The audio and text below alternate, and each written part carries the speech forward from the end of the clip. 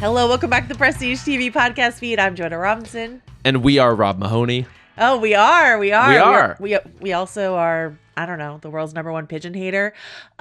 Listen, I don't know if you guys heard the origin story of Rob's fight with pigeons, but I want to say that recently our listeners have started sending in pigeon merch. They have. For Rob to consider purchasing. So this has become a full-fledged bit now, and I'm really into it. So Rob, where can folks send their suggestions for pigeon merch for you? Always to prestigetv@spotify.com, but especially to lickingthedonut, DONUT, @gmail.com. And Joe, it's gotten so bad that now I am getting Instagram ads for pigeon merch. So are you? Thanks, everybody, / I hate you. But at some point, me and the pigeons are going to have to get together and hash this out, because this is just not sustainable.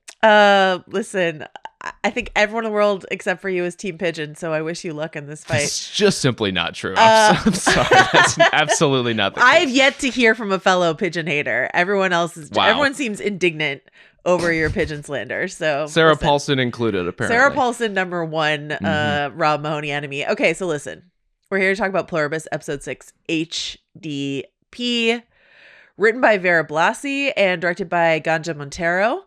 And HDP, Human-Derived Protein, no mystery about what this episode title means. Rob Mahoney. Oh, actually, before we get into that, I did really quickly want to say we're in the thick of Spotify Wrapped season. And I just wanted to thank everyone who had us on your Spotify Wrapped list, tagged us. Like, thank you so much. It's like, thank you in the first place for listening to us for so many minutes of your year that we wound up on your Wrapped list, and thanks for letting us know. And everyone was just really sweet about it, so thank you guys so much. It's been amazing. I think especially hearing from the people who are like, I jumped in for Severance, I jumped in for Slow Horses, and I just kind of kept along for the ride.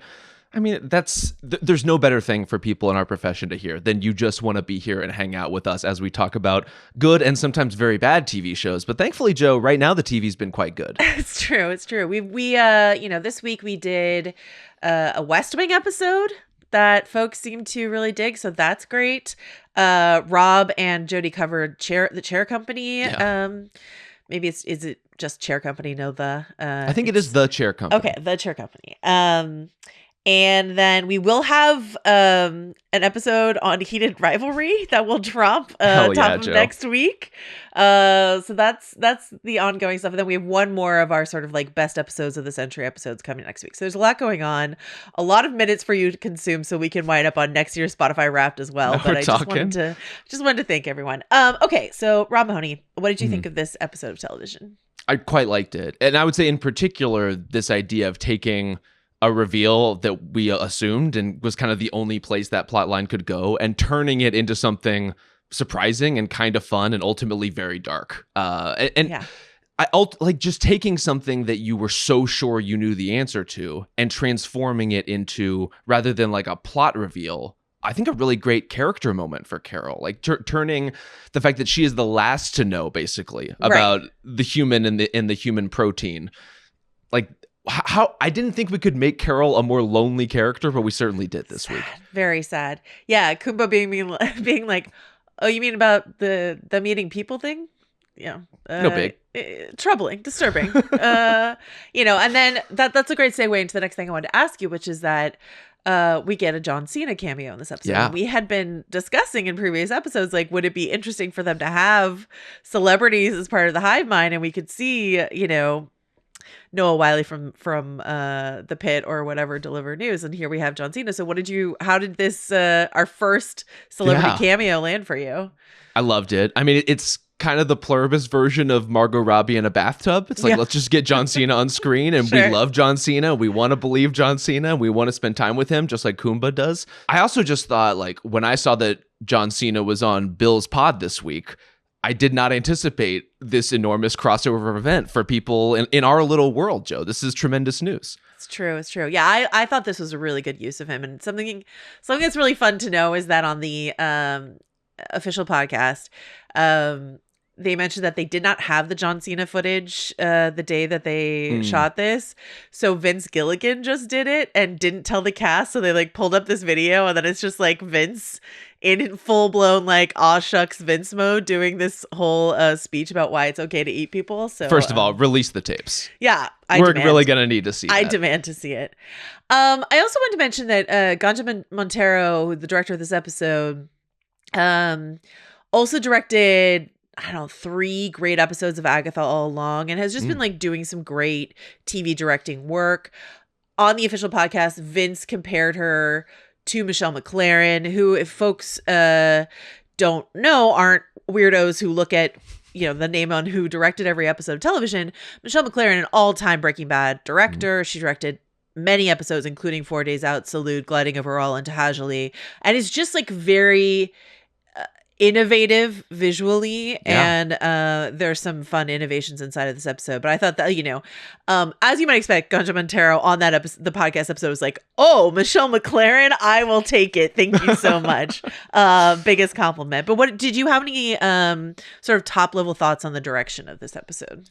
I mean, first of all, just how many different stories and types of storytelling are embedded here, right? You have like almost like a full blown horror movie found footage style in terms of the open and seeing kind of Carol's videotape. I thought that was a really smart way, again, to tap us into something we already thought we understood. And frankly, even though we knew or suspected it was going to be human bodies under there, individually shrink-wrapped parts of human bodies was somehow so much worse. Tough, really tough.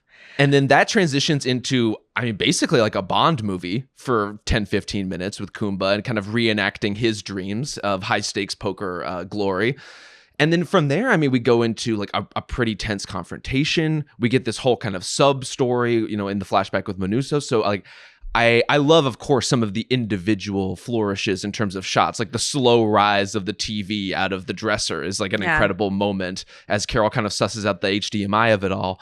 But just the variety, and I think that's what Pluribus kind of lends itself to. We talked about this with some of the other shows we've covered, Joe, like Poker Face, where it's just, you can sort of reinvent the style of story you want to tell from episode to episode because the world is empty. You can drive into Vegas and it is dead and frozen and there is no one out there. And when that's the canvas, you can kind of do whatever you want with this world.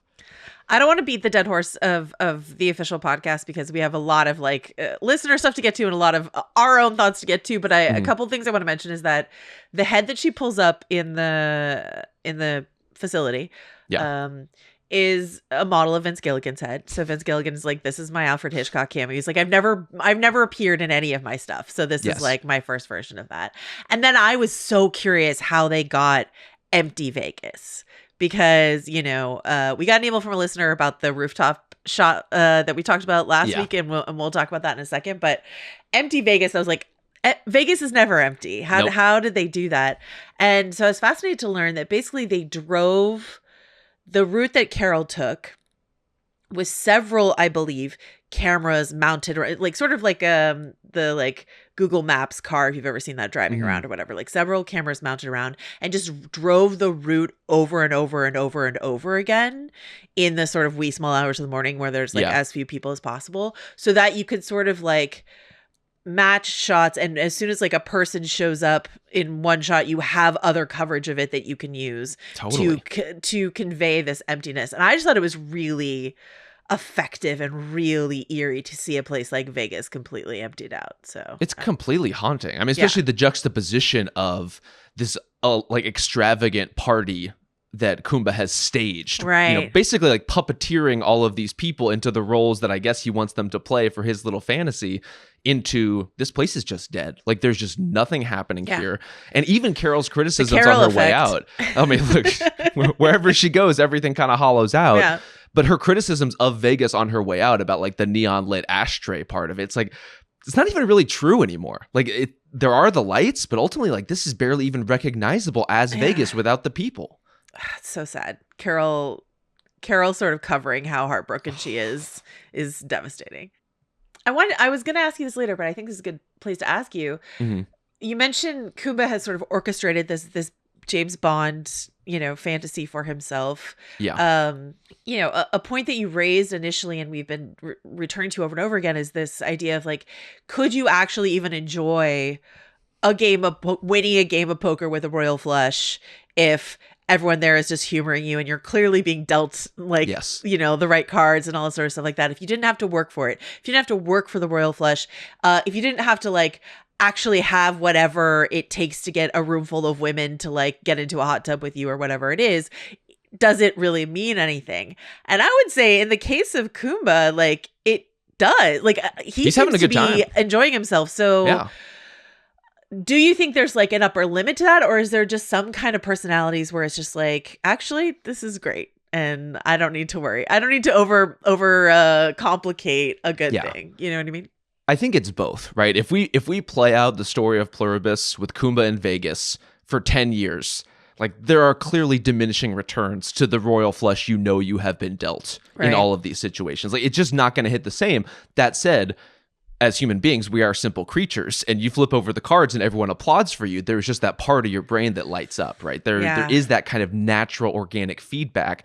I think what's interesting about the world that Pluribus creates is all of those feedback loops, all of those like very human responses to things would get warped over time and sanded down over time. And you would just evolve into a different kind of person who's not responding to the applause of your puppets in the same way anymore, because it would be empty. Now, as far as the personality types, Joe, like I think there's like a big messy conversation to have here about consent, about I have a huge consent section inside of this episode. Let's save that part of it, like especially as it relates to ladies in the hot tub. Sure.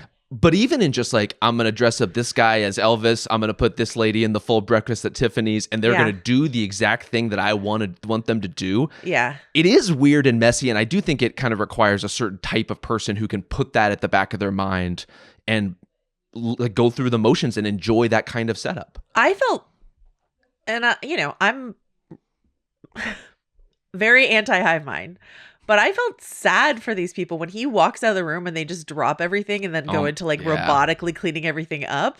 That was harrowing, I think, to look at. And something, that, again, they talked about in the official pod was like the casting of this role was one of the hardest ones to cast because Koumba, on the surface, all of his actions are so sleazy, but they didn't want him to read as sleazy because he is a genuine, very sincere guy. And he is very kind to Carol. And that moment on the phone when he just says like, but she's so lonely, you know what I mean? Like he's advocating for her to a certain degree. And so how can we get a performance where you're seeing this guy do the stuff that is like should make you uncomfortable, but I like him at the same time. So it's really tricky balance, I mean, even with all of these weird, thorny, and ethical questions we're sort of raising, and just like human questions, I really like him, and I really love this scene. Like, I love the collective gasp at the bets at the poker table. I love the like very Bond score, the eye patch guy hamming it up until he like is too out of character and has to be kind of put in his place. Yeah, like it really is an amazing thing that they've been able to do with this character so far, where you don't feel judgmental of him necessarily, but you do feel judgmental of the world and the situation this puts everybody in a way. Yeah, it's interesting. Okay, let's do some listener emails that will sort of touch on some of the big themes that I want to talk about today. Really Sounds quickly, good. Sort of like detail stuff. A lot of people emailed us. They were wolf dogs, actually. So they were not wolves, but they were wolf dogs. Okay. And so is that close enough to a wolf to satisfy you, animal critic Rob Mahoney? I'm cool with it. I'm cool with the wolf dog. I have no beef with the wolf dog community. John, who is the listener who I mentioned is a location manager, was explaining why they probably did not do an actual film on the shot on the top of that roof. Had all these really interesting things to say about how hard it is to get equipment up on a rooftop, the insurance that's required, and why like very often they do sort of trickery to deliver a rooftop shot. A lot of stuff that I didn't know. But John also gets really salty at the end about the VFX here, and I thought it was funny, so I'm going to share it. John wrote, "This scene also highlights how modern VFX technology is still just plain ass, despite what AI bros or post houses will tell you, compared to actually filming something practically. On a show that does so much practically. I know. The difference is quite stark. Probably the only true VFX stage shot of the entire season so far, honestly, and it sucked. This is why filmmakers should consider going organic, because the volume is ass, green screen is ass, TV/film isn't a commercial or a TikTok, the audience has standards." So that's from John, once again, a location manager. So he's like, let's go out in the world. This is my job to find you cool places to shoot. So he has a vested interest in this, but I thought that was a great email. So it's also true. Like, is there no alternative to a weird VFX shop on the roof? Like, if all those considerations are true about how difficult and complicated and expensive it would be, maybe just shoot somewhere else. Like, there's lots of ways to show Albuquerque empty. Yeah, and does it have to be that roof? Can you find a roof with like larger door access so that you could get the camera equipment up there? But listen, we are not making this show, so No. I don't Not know all the our answers. problem, Not Joe. our problem to solve. Something that we love to talk about on this show, overanalyzers that we are, color theory. Okay. Oh, yes. So we've got a couple emails about the use of blue on the show, and because we got a couple of those this week specifically, I was really noticing like the blue and yellow chips on the table, where blue was used inside, like coming out of Menusa's fridge, and also the facility where all the bodies are. The light is so blue. So our listener Riley mentioned blue and orange, right? The blue and orange tones that are so prevalent in Albuquerque's landscape are being used to divide the survivors and the joined. The hospital is blue from top to bottom, and most of the clothes being worn in the Great Exodus sequence are also shades of blue. There's blue recycling bin and blue dumpster, both filled with milk cartons, and the cold blue light that permeates both their manufacturing locations in last week's episode. On the other hand, when Carol wants to emphasize her individuality in her recording, she throws on a sandy blazer. All the lights in her home are warm, her drinks are dark, and when she finishes her protection of Helen's grave, the sunset shines a bright orange against her silhouette. That was really compelling to me, and after I rewatched the pilot last night for reasons I'll get into in a second, but worth noting that what Carol is wearing when this all happens is this like very bright yellow jacket as part of her sort of escape from the zombies outfit. Anything you want to say about the yellow blue and what it does to have such a repetition of such a distinct color palette? Yellow, of course, was like the clear marketing color for this show. So what do you think of that? And I mean, yeah, not only is it the clear marketing color, but the clear marketing color in association, I would say, with Carol specifically. It's all Carol screaming into the void, backgrounded by yellow. Yeah. And so, look, the idea of vivid individual color being the standout for a person among a crowd, like a tale as old as time in terms of filmmaking. And it's just like such an easy and natural way to draw your eye, to draw the contrast. And especially as you're seeing on a practical level, if you had a well-oiled machine restocking a Sprouts or running a hospital and everyone was wearing orange, it would be a little weird. And so blue, I think, is not just visually compatible with this type of story, but also is like really seamless in terms of the palettes you see in the world and ultimately what your eye registers as almost like background. Yeah, that's interesting. A very calming color that's not going to stand out to you the way that yellow or orange would. It's worth noting that Carol has worn blue occasionally, so it's not sort of like necessarily a one-to-one, but I think let's all track the blues and the yellows going forward. I think that'll be really interesting and rewarding for us. And then, of course, as several of our listeners mentioned in emails, if you are a veteran of the Giliigan-verse, like the use of that light blue specifically for the meth and Breaking Bad was very key. And thinking about the yellow boiler suits on like Walt and Jesse, also that green and Breaking Bad. So like, they're no. It's not new, the blue and the yellow inside of this universe, but how is it being used here? And I like that idea that it reflects sort of like the blue sky and the sandy ground of Albuquerque. It just sort of blends into everything. So it's interesting. And who has used that landscape and that palette better than Vince Gilligan over the years in terms of understanding its power and what it can represent? And I'll also say, Joe, in terms of the party sequence, I mean, among the most vivid color palettes we've seen so far, wide-ranging, a lot of jewel tones. It's kind of all over the map in a way that I think does fit what is being orchestrated there, right? And if it is this kind of Technicolor fantasy, and it is Koumba sort of, again, like attributing people into these roles based off of what he thinks should be there, it's not going to be as orderly as everything we see going on with the Hive Mind overall. It's going to look a little more hodgepodge, but in its way, like quite beautiful. Again, I'm disturbed by this whole setup, but if you're gonna go Bondi, and he really did it. My question is, did he tell everyone exactly what to wear, or did he just give them an AI-esque prompt of like, come in your finest James Bond at the casino fantasy clothing, all right, this is where I want to talk about consent. And consent please. As it pertains to perhaps frozen eggs. We got a lot of emails about this morning. This is like, I think the thing that was number one on our listeners' mind coming out of this episode. For sure. Our listener Kyle wrote, just wanted to note that Carol's eggs are sitting somewhere in an Albuquerque freezer, and they've got to be why they said they wouldn't take any stem cells from her body, right? And Mary, who is a lawyer, wrote in to say, I believe is a lawyer, works in the legal profession, wrote in to say specifically the language around consent inside of this episode really tripped something for her, right? When Carol said she didn't consent and told the hive minds, quote, "You won't lay a finger on me," they responded, quote, "No stem cells will be collected from your body," end quote. But they made no promise not to use already gathered material. The subtle caveats in the hive minds' response felt extremely familiar to the kind of writing I see attorneys use every day to appease an opponent while leaving their options open. And in her anger, Carol might be overlooking it and lots of other things her compatriots have learned by keeping the hive mind close. I thought it was interesting that Mary flags this sort of like tricksy legal language inside of an episode where Carol herself is like, oh, all the lawyers survived, right? Also, we had, and we mentioned this at the time, we had a lot of listeners flag the Carol freezing her eggs comment that came inside of that ice hotel sequence. Definitely. And I kind of brushed it off as I was like, I think this is more of a character moment. I'm perfectly willing to be incorrect about that, as it seems like I might be.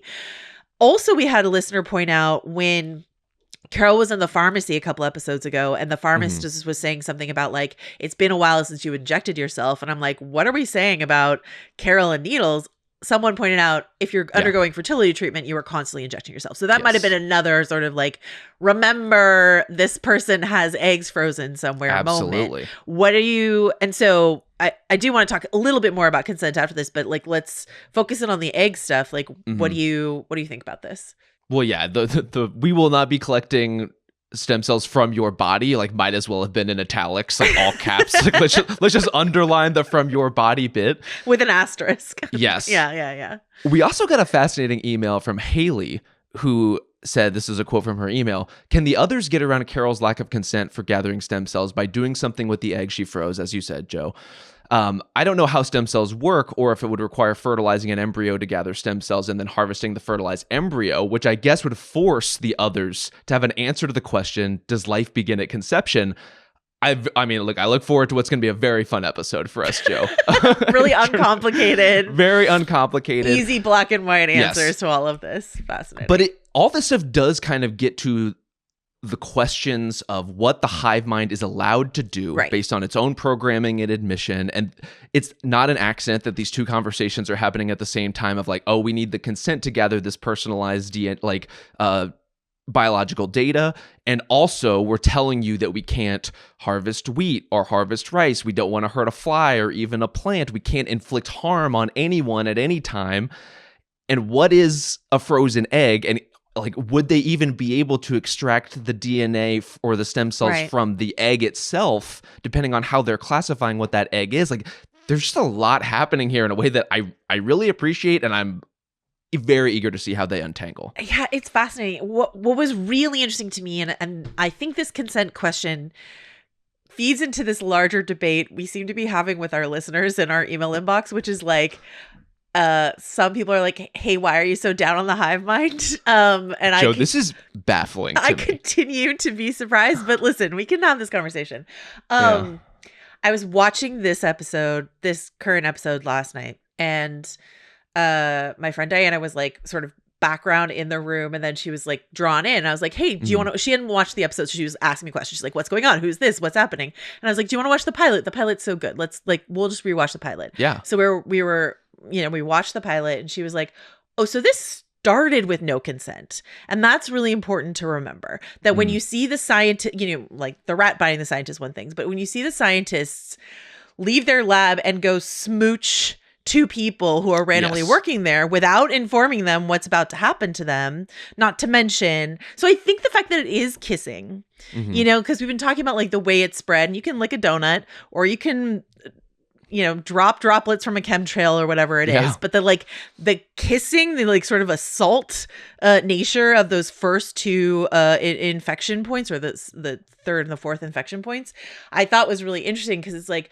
when you talk about the hive mind, and the listeners that we have that are like, hey man, it would be cruel to rip these people from their pleasant existence inside of the hive mind. And I'm like, but the hive mind, let's leave aside all the people that they killed in this joining moment. Let's leave aside Helen for a moment and all the other Helens. They have effectively, and this is what Carol keeps saying, killed John Cena, Lakshmi's son, all these other people who have been absorbed, the original Zoja, like all this sort of stuff like that.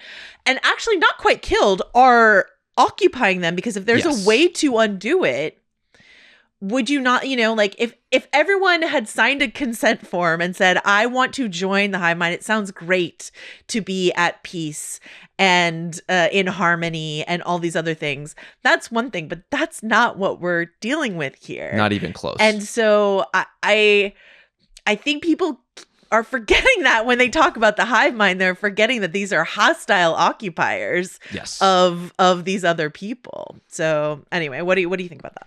I mean, ostensibly, they're prisoners in their own bodies, right? I think it's not just a question of, is it unethical to rip them from that? Like, as you say, Joe, they didn't opt into it in the first place, and they're really being forced to accept an entire framework of what is happiness or what is satisfaction based on something that is not their own in the first place. So everything is being superimposed on top of them. They've been brought into this larger machine, and within that larger machine, I think you'd have a hard time making the ethical argument that, like, being somebody's puppet in a James Bond dream is really like the great fulfillment of your life. And frankly, like, it is gross, the idea that you could manipulate and use these people as one of the remaining unlicked in whatever fashion you want, and they have no capacity to refuse you, right? Like, how would that be a satisfying or happy or pleasing existence for anyone, even if your brain, because it has been biologically tripped by this alien virus, believes it to be so? Right. Again, listen, I support all points of view, and I want everyone to keep emailing us, but I continue to be like quite surprised by the hive mind defenders. They just want to join the harem, like, I get it. Like, maybe you just want to have a good time and hang out in the hot tub, but I don't know. But that's the thing, is like, he asked, like, anyone else want to join me? There was a consent moment there, right? Like, was there? No, but like the illusion of consent, right? Yes. Our listener Bobby, also on the consent front, in terms of this like violation of your innermost self, our listener Bobby wrote in with a therapy background to say this. I continue thinking most is based on a phrase I often have to tell parents in family therapy. It doesn't matter what you know; it matters what someone feels safe to share with you. I think the hive is somehow void in connection, and it's most human because they may know a lot about everyone they are merged with, but they don't have the hard work of it being shared with them by building relationship, connection, and love. I think that this captures how violating it was that they knew about Carol through the eyes of Helen. To make Helen off limits is in some ways saying that Helen was the person who warranted Carol's intimacy. Helen did the hard work of knowing Carol and making it safe for Carol to be known by her. And so that's like, this idea of like, I don't consent to you knowing these things about me because I shared them with like Carol being a very private person, shared it with one person in all the world, and them knowing that about you. That's as we've already talked about, but like, I like the way this is articulated, just like hugely violating. So absolutely. So hugely violating. And not just that, but contradictory to everything, as you outlined, Joe, that makes human experience rewarding. Right. All of those deep bonds, all those deep connections, whatever it is that you're like endeavoring to do in your life and trying to build in terms of your relationships to other people, it's not the same when you just say, hey, I want John Cena to come over. Like, it's just not fundamentally the same thing. Yeah. I want to talk about this is a zag, but I want to talk about Manousos and like his section here in this sort of related to this, because I love the reveal that this woman who's calling him son, I was like, oh, is that literally his mother? And then he says, you're not my mother, right? So like that is the body of the woman who was his mother. Yes. And so you have this reaction when he says, you're not my mother. And you think, oh, he's saying that because, like, how dare you occupy the body of my mother? And then he's like, she was a bitch. And so that's like even more violating. How dare you take the body of the woman who is supposed to nurture me and have her bring me like delicious home cooked meals, the thing that you think a mother should do for someone, and mock me with this thing that I never had.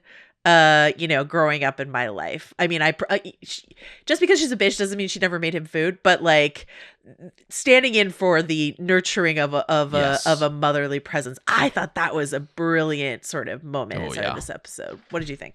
I think there's a lot of little twists within, a fairly brief Minuso section, but ultimately the reveal with his mom, his like finally getting Carol's tape, and I think the show kind of flipping tonally what that tape represents. Like he's looking at her inspired, right? Yeah. Like it's amazing how you take the same tape we saw recorded that we felt a certain way in the moment, and you put a rousing score underneath it, and it just feels like a call to action in a totally different way that obviously he would receive differently from the rest of the Unlicked who have already met Carol and experienced her in like different contexts, and I'm sure he will soon.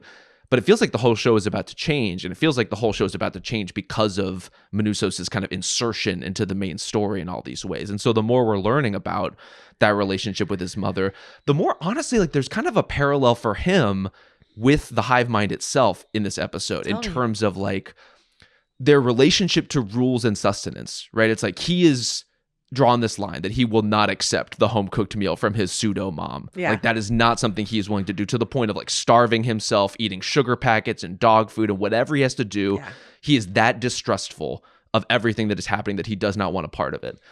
And that we also learn in this episode that because, as Carol puts it, like the hive mind refuses to pick a damn apple, and that and in doing so, I mean, look, I'm completely on the same page with her on this one. We've been with Carol, but like I'm especially with her on this one. Yeah, totally. And so it's like they have this clear line, and in doing so are articulating, like true or not, this is the stance at this point, that because they cannot consume, like, kill plants, kill animals, humanity is basically on a 10-year starvation course. And so like there is a weird kind of parallel in that, I think, from Minusos' plot of like, again, like a weird kind of principle, and it's sort of biological versus ideological, but there is something in the water there. What do you think he was eating out of that fridge that tasted good after 9 days in the fridge? I think things can last 9 days, depending. Not much. I'd be wary of most 9-day-old leftovers, but if I've been eating a lot dog food, of canned, the line is low. To be honest with you, Rob, I'm eating 0 dog food. So, are you, really? Yeah, it's a dog food free existence for me, honestly. Okay. Different strokes, I guess. Yeah. To go back to like what we can eat, I wrote in my notes as John Cena was talking, they're fucking fruitarians. Hashtag not all fruitarians, but the definition of someone who will not eat anything unless it falls off the tree, is a sort of extreme version of fruitarianism. And I was just like, oh, we can't do this. We have an email from our listener, Danny. I'm not going to read the whole thing, but I have it under this subheading that says, is it okay to eat people actually? And this is sort of a question Danny's asking about like, the way in which this show, and I've been talking about this a lot when, I think you and I discussed this last week, that I enjoy talking to you about the show even more than I enjoy watching the show. And I enjoy likewise, Joe, listening. That's both a compliment to you and also just a compliment to the show, because it is posing questions that are really fun for us to discuss and answer, right? And consider. And so Danny being like, this show is forcing you to ask questions. I mean, I don't think it's okay to eat people actually under I'm really glad you got on the record about that. That's just where I am. I was concerned. Yeah. I don't eat dog food. I don't eat people. That's how I feel about things. Okay. But Danny's like, is it forcing an ethical a conversation we never thought we would have, which is it okay to eat people actually? So like, what do you think about that? About the questions that the show is asking us to confront? And did John Cena win your vote at any point? I'm still against eating people. Yeah. So you and I are aligned on this particular issue. Yeah. I mean, John Cena is very persuasive. He's got his diagrams, he's got his testimonials, he's up there. Like it's a little like he's hawking eugenics, but I'm able to push past it and ultimately understand kind of where he's coming from in the biological hive mind sense. Eating people is a further optimization of what the hive mind has been doing this entire time. Like it tracks with their general approach to how they are, endeavoring to kind of conquer planet Earth.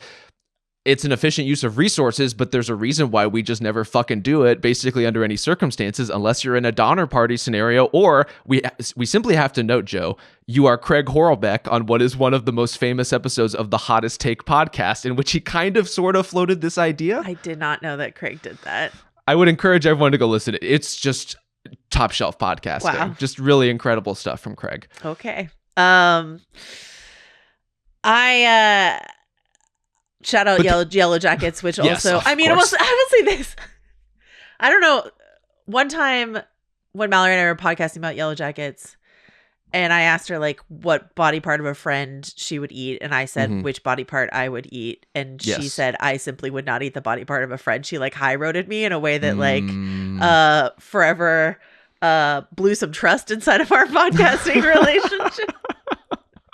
Rob, what part of a body of a friend would you eat if you were in a frozen tundra, Donner Party, Yellow Jackets sort of situation? That's a great question. I mean, look, in that kind of desperation, I think you are optimizing, right? Then you're looking for like, where can I get simply like the most caloric bang for your buck? Like a haunch, something like that. It feels like a ham situation for sure. For the record, I don't want to engage in that particularly, so I'm hoping to avoid all Donner Party / Yellow Jacket scenarios. But can we like honestly engage with this question for 1 second? Like, of why we do not eat humans, even though theoretically we could eat humans. I think the answer, at least as I see it, Joe, is quite simple, which is we decided not to. Like, it is beyond the pale of what we are willing to consider as far as keeping ourselves alive. Something I'm curious about, because they mentioned it inside of this episode, and I don't know this since I'm not an animal expert like Rob Mahoney, but like, how many animals eat their own? You know what I mean? Like a lion out on, the African plains or whatever will eat dead antelope and dead whatever. Sure. But will they eat a dead lion? I don't think they do. Like, we don't eat our own is a thing we don't do, right? I'm sure there are some animals in. Yeah, please. I mean, definitely. There's definitely certain insects and stuff like that. But like lickingthedonut@gmail.com, if this is like a cross species sort of, we as a planet have largely decided not to eat our own.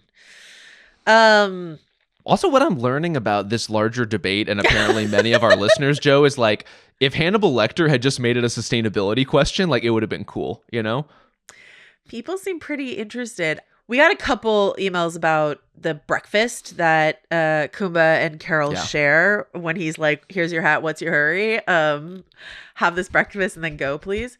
Our listener Mikhail was like, where are they getting such good avocados if they're like have such high standards? And I agree, because avocados are like the first thing to go, right?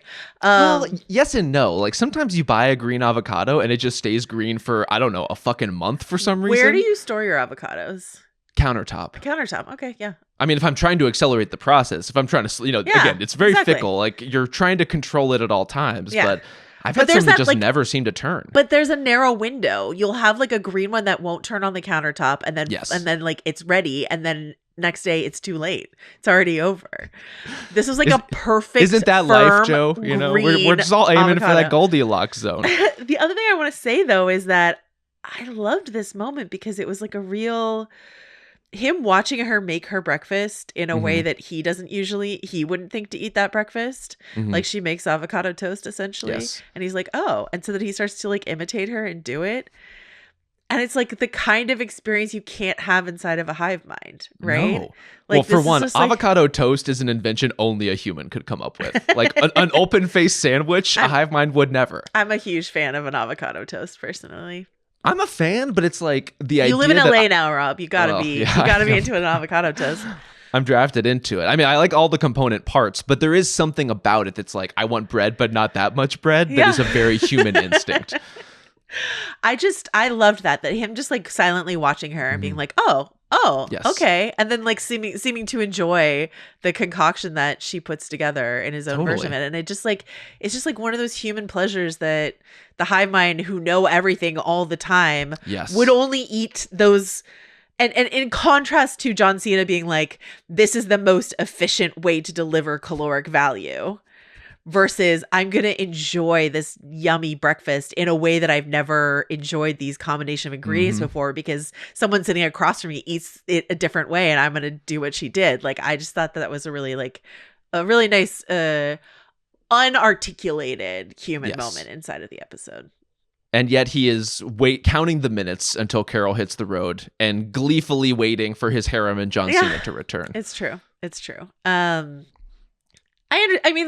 I really liked all of his conversation with her where he's like, I did too. We meet twice a week on Zoom. It wasn't a unanimous vote. Like, I would have voted for you to be part of it. He makes a good point when he's like, people were kind of offended that you didn't invite the non-English speakers. Okay, and I'm fair like, on that front. Really fair, you know? Totally valid. I think we know that when that vote happened, Lakshmi was really, really just like, you know, stumping for her She agenda. was whipping votes. Yeah, she was whipping votes. There's no doubt. Exactly. But there is something, Joe, about, you know, Carol's been lonely this whole series. Like, we've seen her operating on her own, like desperate for human interaction to the point that she's like inviting Zosha in for a drink. Like, she just wants people and can't find them anywhere and can't find support, certainly from any of the unlicked who are not Koumba. It's one thing, though, for Carol to be isolated by bizarre, like, extraterrestrial circumstances. And it's like, it's such a different gut punch to be voted out of the Zoom. Absolutely. You know, like, there are only a dozen or so people left in the world, and they have determined that you are so tough a hang. Right. That they just want nothing to do with you, to the point that you're the last person to figure out the big, like, world-changing secret. Nobody thought to tell her that they're eating people. Nobody invited her to a single Zoom. Like, nobody emailed her back when she sent out these videos to be like, babe, we already know what this is.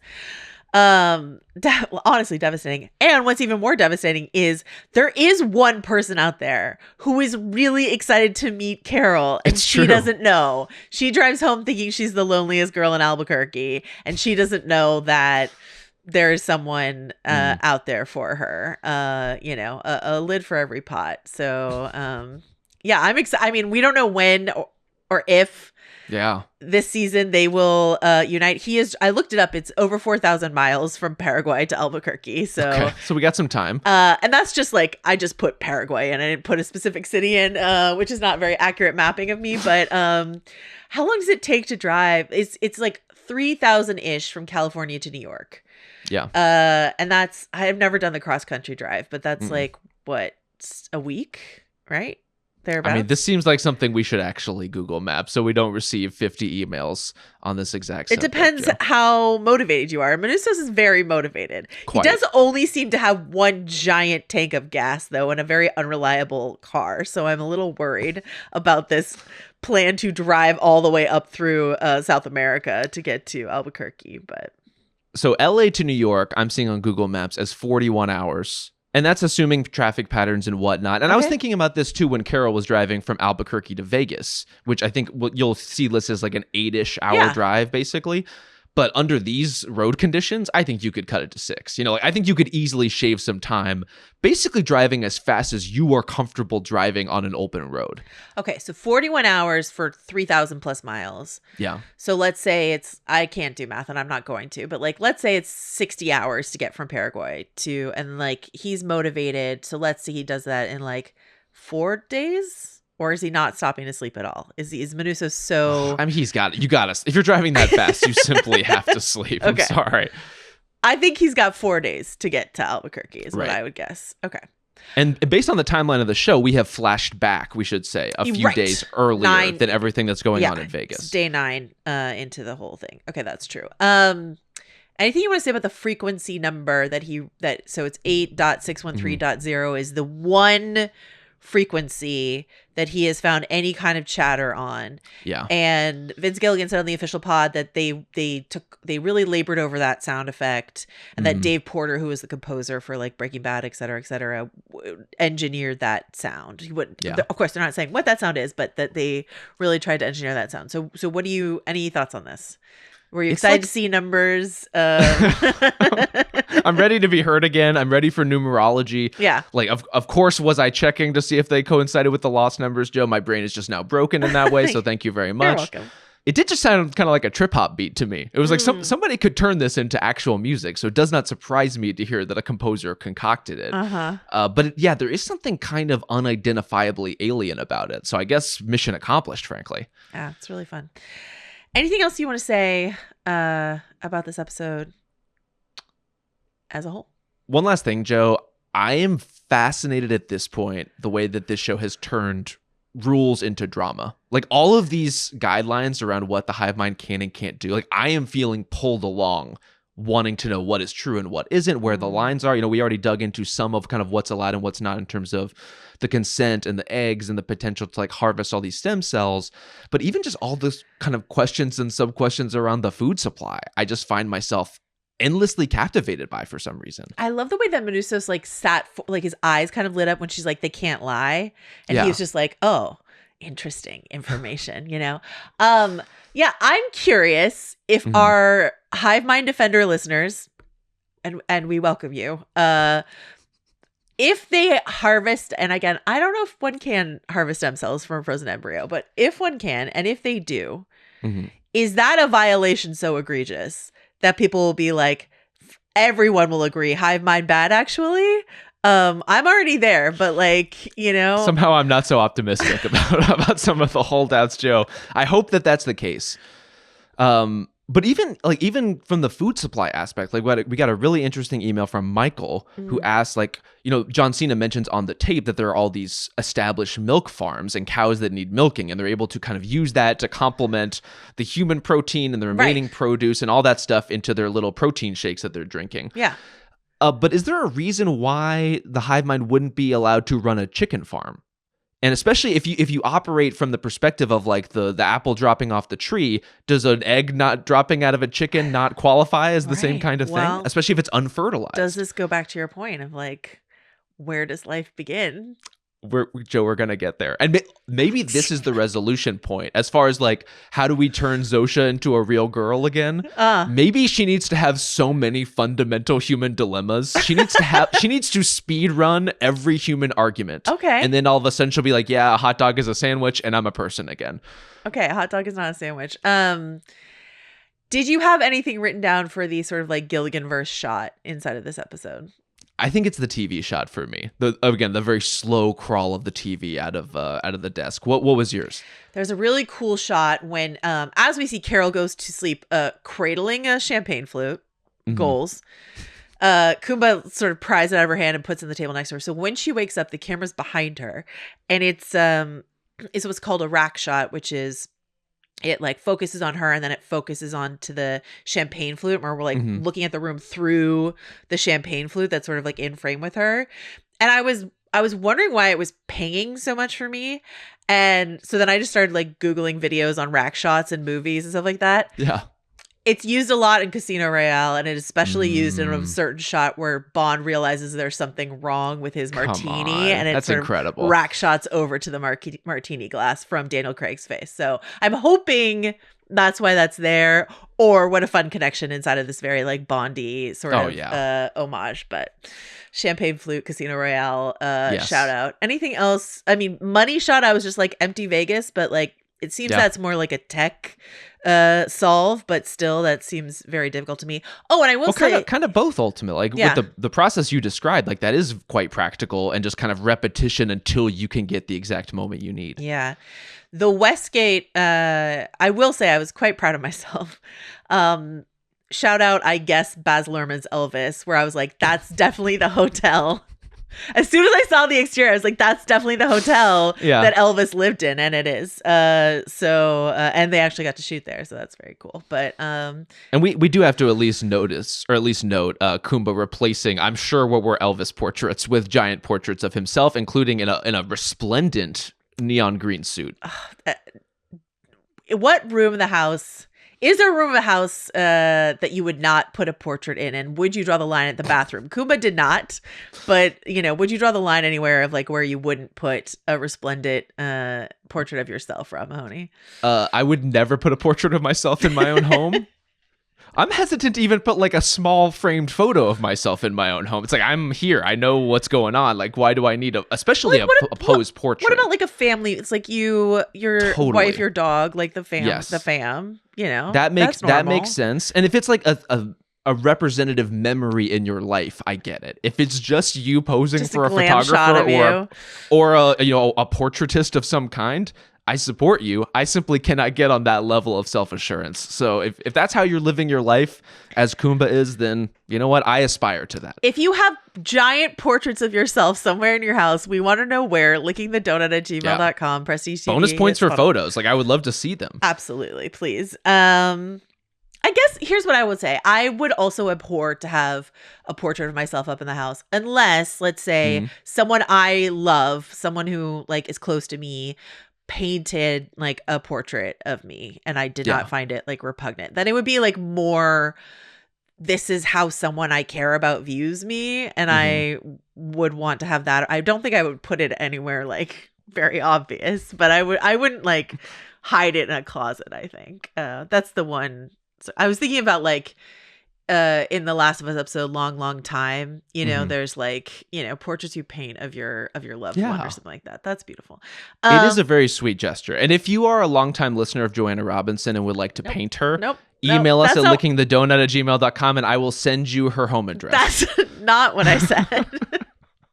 Please don't do that. All right. Thank you so much to Donnie Beacham. Thanks to Justin Sayles, always, for his work on this feed. Thanks to you, Rob Mahoney. Thanks, Joe. Thanks to the Clash at Demon Head, repping on Rob's shirt this week. And we will see you all next time. Bye.